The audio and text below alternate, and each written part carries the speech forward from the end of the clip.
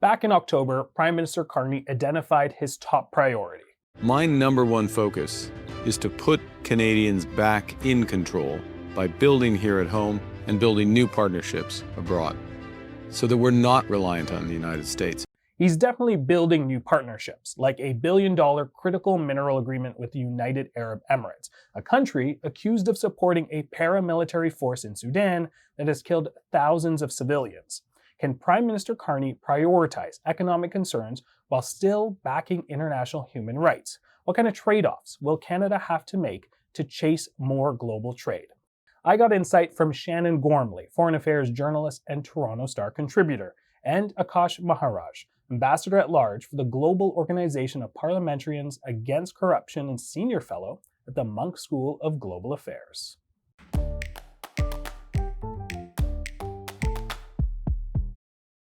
Shannon, Akaash, welcome to the program. How are you guys doing? Very well. Thank you for having us. Shannon, we're going to start with you. At the recent G20 summit, Prime Minister Mark Carney created some buzz when he said that Canada no longer has a feminist foreign policy. What do you think of that? We're living in right now the most dangerous moment since the Second World War. So our neighbor is the most powerful country on earth, and it has been threatening to annex us as well as various allies. We have a hot war in Europe as well as a hybrid war throughout all of Europe. And meanwhile, to our north, we're having to worry about the Arctic. That question was posed to the Prime Minister in this context of extreme and critical danger. And so he didn't say that he was pursuing an anti-feminist foreign policy. He said that part of his foreign policy is feminist, but that that's not what defines his foreign policy. And my reading of it is that at this moment in history, it would be strange for a political leader to say that feminism was his overarching concern in the world. Now, Akaash, some would say that this was maybe perhaps a way for Prime Minister Carney to distinguish himself from Trudeau.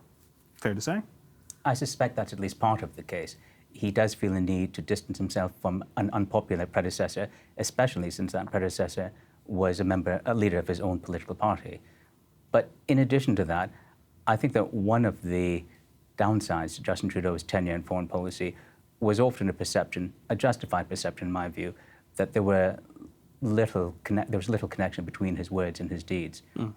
The term feminist foreign policy was first coined by Sweden in 2014, the year before Trudeau was elected, and they embraced it with both hands. It made a real difference to how they acted on the world stage, including, for example, discontinuing the sale of arms to Saudi Arabia when it was revealed that Saudi Arabia was using those arms to commit war crimes in Yemen and to oppress women in their own society. When Justin Trudeau took hold of that phrase, he actually increased the sale of weapons to Saudi Arabia to the point where Saudi Arabia is now the second largest purchaser of Canadian weapons after the United States. When Sweden jettisoned its feminist foreign policy in 2022, the Prime Minister did not say this, but members of his party, the Moderate Party, did. They raised Justin Trudeau in saying that he had degraded the term, that it had become little more than a branding exercise with no connection to real-world foreign policy. For Carney, I don't think for him or for any other political actor, we should put great weight on his words. We should put weight on his deeds. Both for Trudeau and Carney, the question isn't how they describe their foreign policy, it's what they actually do, and that remains to be seen. All right. Well, the United Arab Emirates has been heavily criticized for its role in the ongoing civil war in Sudan, where thousands have been killed. Canada just signed a $1 billion deal. What are your thoughts on that? We should be doing business with dictatorships and authoritarian states only to the extent to which we can limit their influence on us.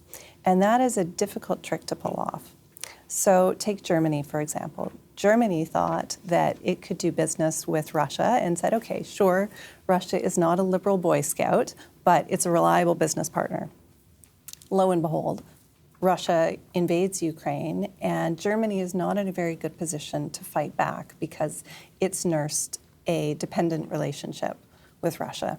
And so we have to ask ourselves, can we do business with countries without becoming dependent on states that, in a way that our economic survival and our political survival isn't going to be at stake. Well, let's use the UAE as an example. Should Canada be cozying up with non-democracies? The hard reality is that we have little choice. We are an export-based economy. There are about 200 countries in the world. Perhaps as few as 35 of them are full democracies. The rest are some combination of flawed democracies or outright dictatorships. But the fact that we are selling goods and services to a country doesn't mean that we should be selling out our values. With the UAE, their involvement in Sudan is perhaps not that well known in Canada, but to put it into context, that conflict has killed between 150,000 to 400,000 people. There are 25 million people being affected by famine. About 4 million of them are children. It is set to turn into, far and away, the most grotesque conflict of the 21st century. The UAE has its fingerprints all over that genocide. As Canadians, we have to exercise great caution. And I'm less concerned about the fact that Mark Carney wants to sign business deals with them than I am by the fact that he said nothing about the UAE's involvement in the genocide when he visited them. We don't have to bite our tongues when dealing with dictatorships, and indeed, speaking out is the only way that we can keep our economy and keep our souls. Get your thoughts on that, yeah. It may be that we have little choice but to do some business with dictatorships. I agree with that. I don't think there's any question of that. But we do have to ask what kind of business we're doing with them. So are we going to be selling weapons to Saudi Arabia, for instance? Or are we going to be giving over parts of our vital infrastructure? Are we allowing them to invest in transportation? You know, what are the risks of doing business with them in terms of AI? Those are questions that we have to ask as well. And I think it's particularly vexed with the UAE in that what Carney wants isn't a market to export goods and services. It's quite a small country. He wants access to their sovereign wealth fund, which is about $2 trillion. Yeah. But the UAE has been explicit in saying that when they invest from their wealth fund, they don't just expect an economic return on investment, they expect a political return on investment. And it's telling that, for example, that when the United States' Secretary of State raised the question of the UAE's complicity in the genocide in Sudan, he didn't mention their name. He talked about what they did, but would not mention the country's name. They have bought fear of the UAE from the Secretary of State for the United States. As Canada being on the global scale, a middle power, some critics have said that virtue signaling is an irrational strategy when we talk about foreign policy for Canada. What do you think about that? Virtue signaling is virtue signaling if it's words without being connected to deeds. And I would say that always damages a country's reputation and its standing. But sometimes that term is also used to say that we should not speak out at all. And I absolutely disagree with that. The people who often say that Canada should not speak out on the abuses by countries such as the UAE or Saudi Arabia usually use two arguments. The first is that we are too small and too weak to make a difference. And the second is that by doing so, we might damage our economic interests. But those two arguments are mutually exclusive. If, for example, what we say doesn't matter, then it wouldn't harm our economic interests. And if it might harm our economic interests, then it shows that what we say matters. I would argue that we do have to speak out, and not just because we can make a difference on the international stage, because it makes a difference to us as Canadians. Our country isn't defined by a common race or ethnicity or religion or language. It's defined by a set of social norms and political values. And when our government takes positions on the international stage, they're not just projecting our identity into the international arena, they're also holding up a mirror to ourselves as Canadians about who we are. It's one that shapes our social norms and has an influence on our social contract as a people. I don't want our government taking positions on the international stage that is either indifferent to the suffering of others or convinces us that as Canadians we ought to be indifferent to the suffering of others. Because if we don't give a damn about other human beings abroad, we probably aren't going to give a damn about other human beings in Canada. And if we don't care about one another as Canadians, then we have no Canada. Shannon, there's a fine balance that clearly needs to happen here. Is there a way for Canada to prioritize those economic concerns while maintaining the international human rights? Well, I don't like the idea of making those two concerns mutually exclusive. Like, I think that our Canadian interests following Canadian interests, protecting Canadian interests, I think that is more often than not aligned with our values. Because if we can, as much as possible, do business with other like-minded democracies, then we're going to be protecting our long-term interests. Because authoritarian states right now are, even when they're in competition with each other, they're more and more collaborating and working in concert with each other, because they know that there is a risk when democracy is ascendant for their own people to look at themselves and say, maybe we want to be free too. And so it's not in our long-term economic interests to be dependent on people or to have closer trade ties to people that don't want us to be politically safe, that don't have the same political interests. Akaash, what does that look like, though, when we're trying to balance those two? Or as Shannon said, maybe we don't look at it as two exclusive things. I think that we should be preferentially trying to come to business arrangements with countries who share our values and our concept of the rule of law. And that's not just good ethics, it's also good business. The kind of country that is contemptuous of its own population's basic human rights is also likely to be contemptuous of questions like contract law, intellectual property, and fair disposition of commercial disputes. But even as we try to cultivate deeper and broader relationships with fellow democracies, we're always going to have some kind of relationships with authoritarian states. That is inevitable. Those relationships have to be made as shallow as possible. They have to be hedged in by agreements that, to the greatest extent possible, enforces the rule of law. And they cannot be separated from our effort to create an international system that is based on the rule of law.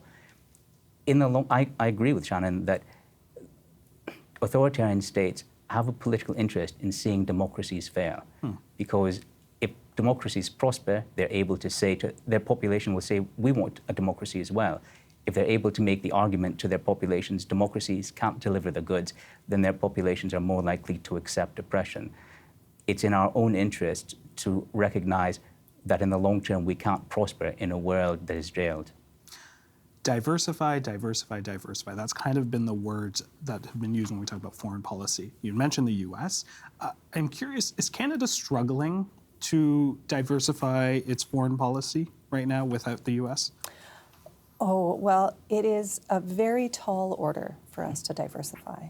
Historically, economically, culturally, we have such deeply embedded ties with the US that even though it is critical that we try to diversify, that doesn't mean that it's easy. And we're only going to be able to do it to a certain extent. You know, the US is a behemoth. And it's so much easier for trade flows to go between the US and Canada than it is in other countries. But what we can do is, for instance, start cooperating more with European allies, for instance, on the security front. And we've started to make a few strides in that area already. And I think that's where more of our focus can be. So as much as we can, you know, bring in more actors, hopefully that are like-minded democracies, into both of our security arrangements and agreements, as well as forging more trade ties, but understand that that's not something that's easily turned around. Akaash, it feels like, as we're having these conversations, it feels like it's, no pun intended, but foreign territory for Canada to start looking and diversifying its partners. You know, I'm reminded of the old Roman expression, when is the best time to plant a tree? 20 years ago. When is the second best time to plant a tree? Right now. And we are in that position. We should have been diversifying our economy and our politics a long time ago. We did an inadequate job, largely because the United States was viewed as a reliable partner. They're so large, they're so close, they're so wealthy. They are now no longer a reliable partner for us. But I think that there's an opportunity amidst the chaos, and that is that the convulsions of the Trump administration have revealed to us, and indeed to the world, the terrible position that we have placed ourselves in by allowing ourselves to become dependent on one country in the hopes that they would always reflect our values.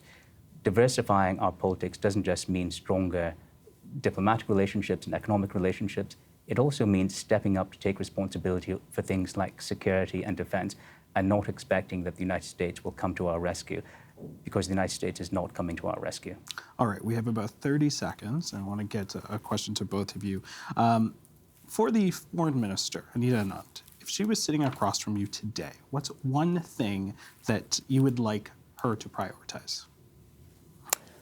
I would like her to prioritize democracy in the world. So and that means forging more diplomatic ties, as we've talked about, with like-minded democracies, and where we can, where democracies are struggling, such as in Georgia right now, outside of Russia, shoring those up, because that will help us in the long term. The more democracies there are, the stronger our own democracy is going to be. Akaash, you get the last word. I think that Canada's most underused foreign policy asset is the fact that our population is so nationally diverse. Our country has not had replacement level fertility since 1971. So our population stability and its growth has been down entirely to immigration. That means that we have a population that is disproportionately connected to and informed of things that are going on around the world and can be a way of projecting Canadian values into the world. Many prime ministers and ministers of foreign affairs have been loath to use that asset, in part because they're still operating under the fiction that the state has a monopoly on foreign affairs. It does not. And either our foreign policy leaders will make rational use of diaspora communities or diaspora politics will consume Canada's foreign policy. Akaash, Shannon, we're going to have to leave it there. Thank you so much for your insights. Really appreciate it. Thank you. Thank you.